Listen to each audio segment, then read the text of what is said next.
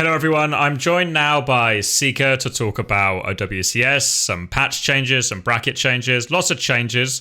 But before we get to all of that, I want to talk about, I guess, another series of changes for you in terms of your roster was obviously brought together a little bit, well, about as last minute as it can. How do you feel the team's progressing now? You've had a few weeks to play. Do you feel like things are starting to click and we're seeing some improvement? Yeah, I think when we first made the roster, we were really fucking bad. Like, it was surprising to me that we had such good talent, but we had absolutely no synergy at the start. But I think after we got a couple weeks to practice together, we really started playing more cohesive and as a team. But we definitely needed that time to practice together because I think in this kind of meta of Overwatch, it doesn't matter about your talent; it's more about like your teamwork. So we needed to get that shit together.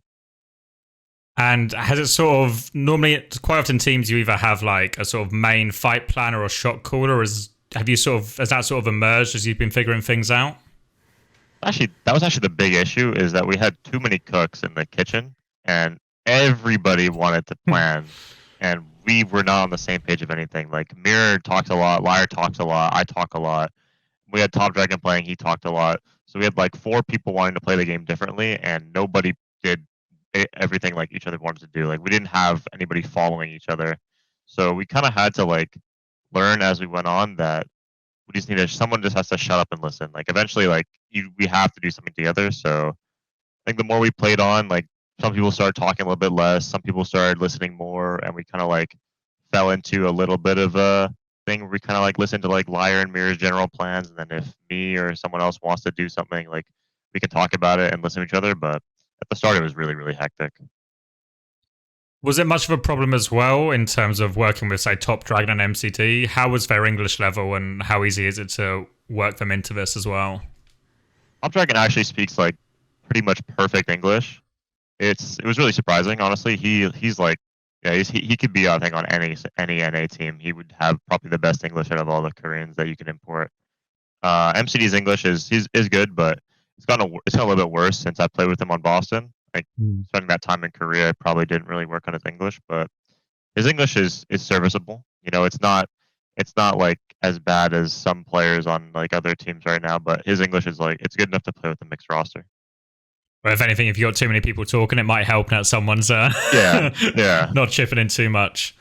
Do you have as well, like, quite often you sometimes teams will have like a tactical leader, but they'll also maybe have sort of like an emotional leader for like if something's going wrong or you've had a bad defense or whatever it is. Is there anyone who sort of emerged as the guy to pick everyone up if there's a problem?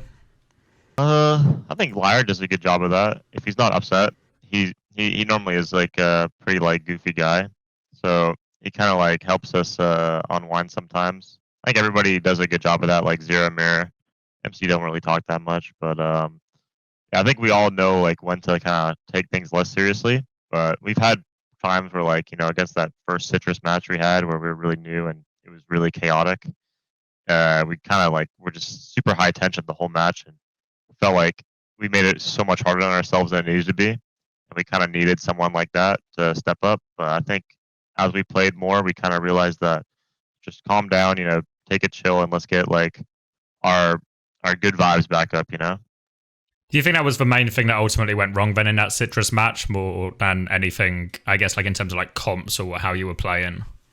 It had nothing to do with the comps. It was literally just we made it so hard on ourselves, making it everybody's screaming and yelling and fucking making it seem like we're playing a grand finals match. Not no disrespect to the enemy team, but we're thinking Jesus Christ, we're gonna die if we lose this game. So there was too much pressure on it. So much harder to win when you're playing not to lose. That it just gives you so much pressure on yourselves, and it just makes every situation 10 times more difficult.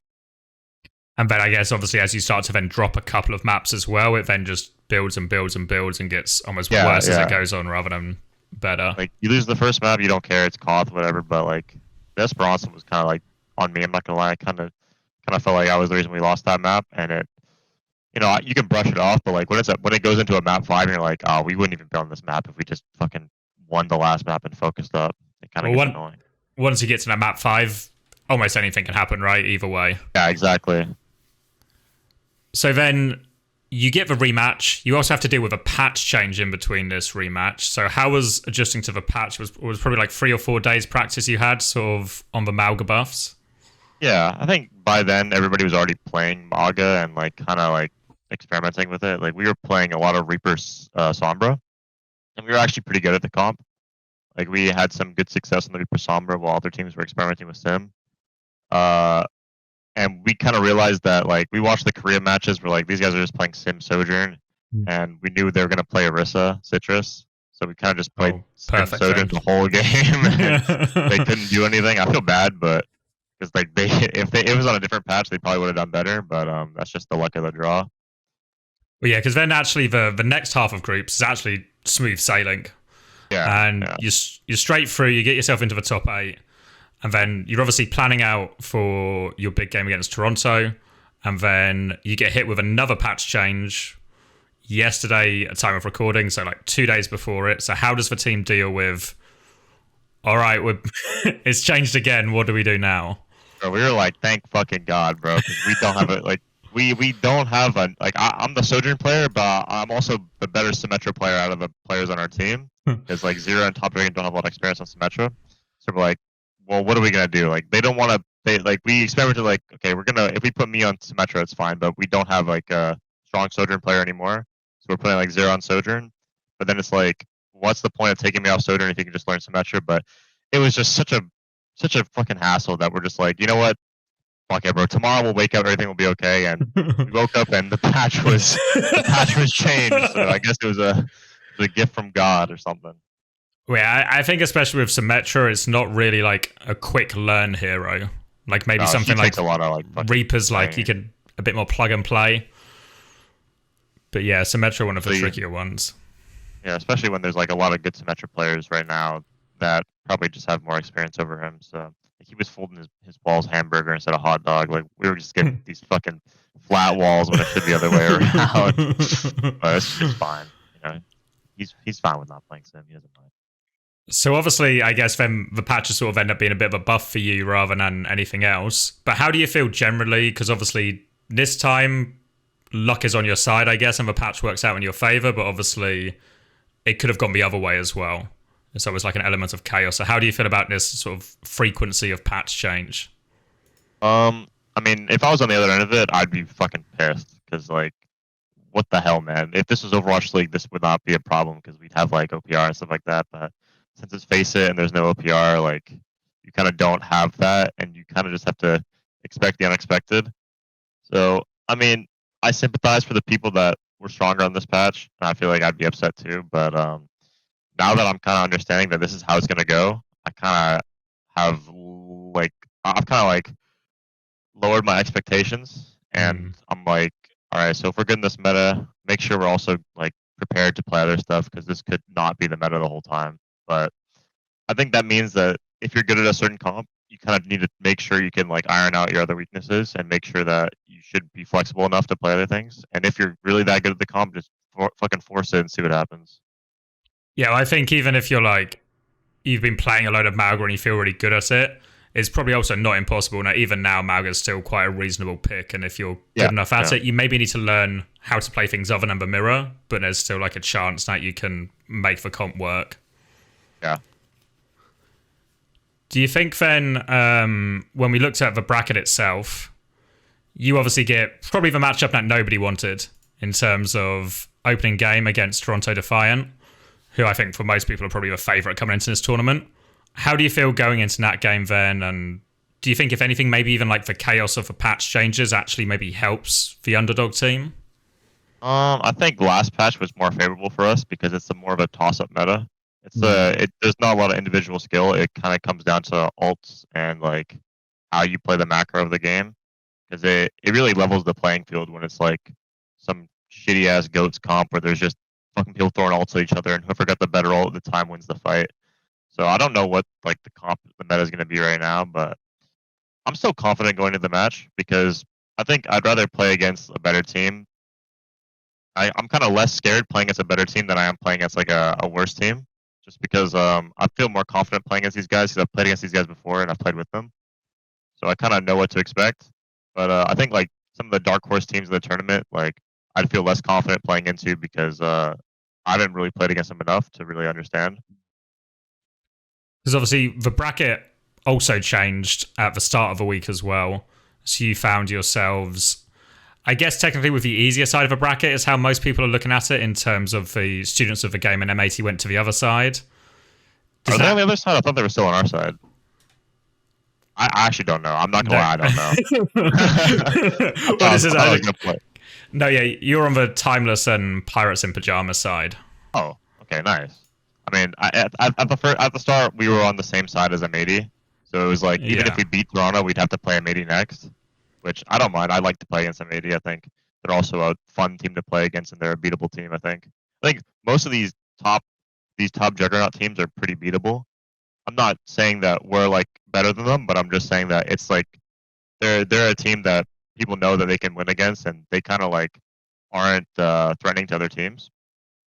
Yeah, But because go ahead. I think from the outside, especially when a lot of people look at North America, they sort of look at Toronto and almost just see this Goliath just gonna, as long as nothing goes wrong, they'll win. But do you feel actually on the right day, things go well, they're actually quite a reachable team in terms of taking a result off them? Yeah, I think so. I think like there's right now there's not really I don't think there's an unbeatable team right now for the PCS because of how I think Falcons is probably like one of the best teams. Like they're probably like the farthest I'd say to beat right now. But of course, if it's like a MAGA sim meta, like they're not going to be that good. It kind of comes down to the meta. But I don't think there's any team that's unbeatable right now, especially that you couldn't pick the best players from where you wanted to because there's no money and resources. Like Toronto had they had the easiest choice of players; they could pick who they wanted, but you can't get a full Korean team in North America. So North America is always going to be winnable. And then there's a few different ways to look at success in a tournament. Obviously, if you win the tournament, that's pretty good. But is there sort of a sort of minimum expectation you have as a team of whereabouts you'd want to finish and sort of look back and go, oh, okay, we're okay with that actually? I don't have any expectations for our team because we made our team like an hour before the roster lock. So we're gonna do as good as we can. We have like newer players. Like we're a really new team. No one on the team has played together before, except for like me, Liar, and MCD. But yeah, I mean, we'll see what we do. I'm fine with however we do. Honestly, I'd love to make top four. I think that's anybody would love to make top four. Give me the circuit points. I don't really care about the money. Just let me get to Dallas. That's all I care about. But yeah, I mean, no pressure on us. We're the underdogs. We don't need to worry about anything. We're not getting paid. So if you lose to us, then it looks really bad for you. Well, I guess in a lot of ways, maybe some of the pressure you felt against Citrus Nation would be true for, say, Toronto and maybe the M80s of like, suddenly if you start taking maps, it starts to feel like, oh, this isn't how it's meant to go, and the pressure all falls on them. Like you don't want to be salaried and lose to a bunch of fucking people that aren't getting paid. Like we barely scrim that much. Like if Toronto loses to us, triple blocking every day, like that's on them. But it'll be fun regardless. What does your practice schedule kind of look like in comparison then? Because obviously we know, like, especially a lot of same in the EMEA region, a lot of sort of salary teams are looking at like triple block days and all of this. What's your sort of average week look like really in comparison? We kind of just normally the most amount of blocks we get is like 2 blocks, but we have 1 block days. Some days we try extra hard in our first block, and second block we run out of steam. Like in the MAGA Somber Reaper, super high intensity like comp where it's like goats, Junker Queen goats. You need to fucking always be talking, planning stuff. Like after the first block, I'm like exhausted. I'm like, God damn, bro, I need a break between the next block. But yeah, we're not taking it too serious. No one's getting paid, so kind of just practicing as a team, learning the meta. But we're not making people commit too much because it's obviously you're not making money off this, so we can't expect people to dedicate their entire life to it. Obviously, I'm putting in as much work as I can and wanting to compete and stuff like that, just so I can get the opportunity, be salary stuff like that. But we're not setting the expectation that we need a triple block every day, or else we're fucking worthless. Is it particularly hard as well on Top Dragon and MCD? Because obviously the time you're scrimming, I think it's really early morning for them, or well, really late at night, depending on whether they choose to get up or wake up early. Yeah, I mean, it's not a problem for Top Dragon or MCD. I think Top Dragon's he's moved his schedule around. MCD is kind of like a DJ, and this guy's always playing the game. I actually have never seen him not play the game. He plays like 12 hours of ranked a day, and then sleeps and then plays ranked. Like I don't know what's wrong with that guy, but no, they're fine with it. They've moved their schedules accordingly. I think the worst part is like the ping because you can't pick the server for Faceit, so they're going to be It's playing central. on ping. Yeah. It's pretty brutal. I'm not gonna lie. That's probably what made like teams like M80 worse because like their Koreans are playing on such high ping. That's why we had to move like Top Dragon down because like the ping is so bad that it's just hard for him to play in like the tracer matchups and stuff like that. I mean, he's an insane player, but if we're not able to house him, it's so hard for us to make it work. Yeah, we see the same even with like Pelican and Spectra, like again, experienced Overwatch League players who have proven the level they can play at, but still aren't able to quite do the same thing just because of a ping disparity. It's just horrible. Like no matter how good you are, sometimes 200 ping is just too much. And then if I had to ask you which team you'd be most scared of facing or least want to face, is there any team that jumps out to you? I don't know, to be honest. I think Timeless is a really strong team. I think Luminosity as well. I think Luminosity is honestly like really sleeper team that nobody is scared of right now. I don't know why. I feel like they're probably like top 3 right now. I think if they get into a matchup against like M80 or Toronto, I think they'll be really good. I think they have a unique style where not a lot of teams are playing like, and you kind of might be caught off guard. But I honestly think it's the teams that aren't salaried or the teams that like you obviously have M80 Toronto, but I think Timeless, Luminosity are probably top 4 students of the game. I think those guys, honestly, those guys surprise me. They have so much fucking passion to play together. Like these guys want it really bad, so I feel like they're also a pretty strong team. But I'd rather not play against Luminosity. I'll play against Timeless, but Luminosity have just like they play so annoying. I don't want to play against them. Like what does annoying mean? They're fucking good. I'm not gonna leak too much, but they play differently and it's cool to watch. But I don't wanna play against them. Yeah, I respect them as a team.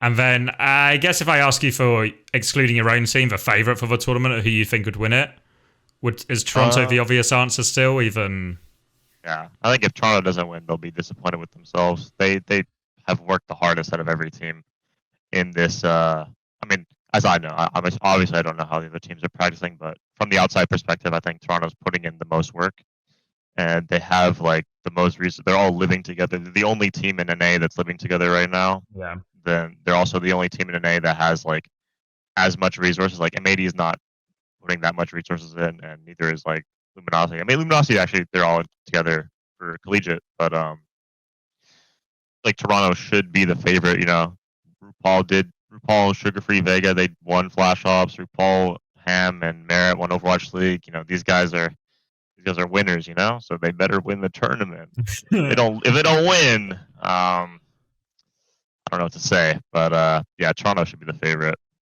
Well, what do they say? The bigger they are, the harder they fall. So all the pressure on them. Yep. But thank you very much, Seeker. I do appreciate your time. Best of luck, of course, to you and the team for the weekend. And I'm sure we'll all be watching. Thank you.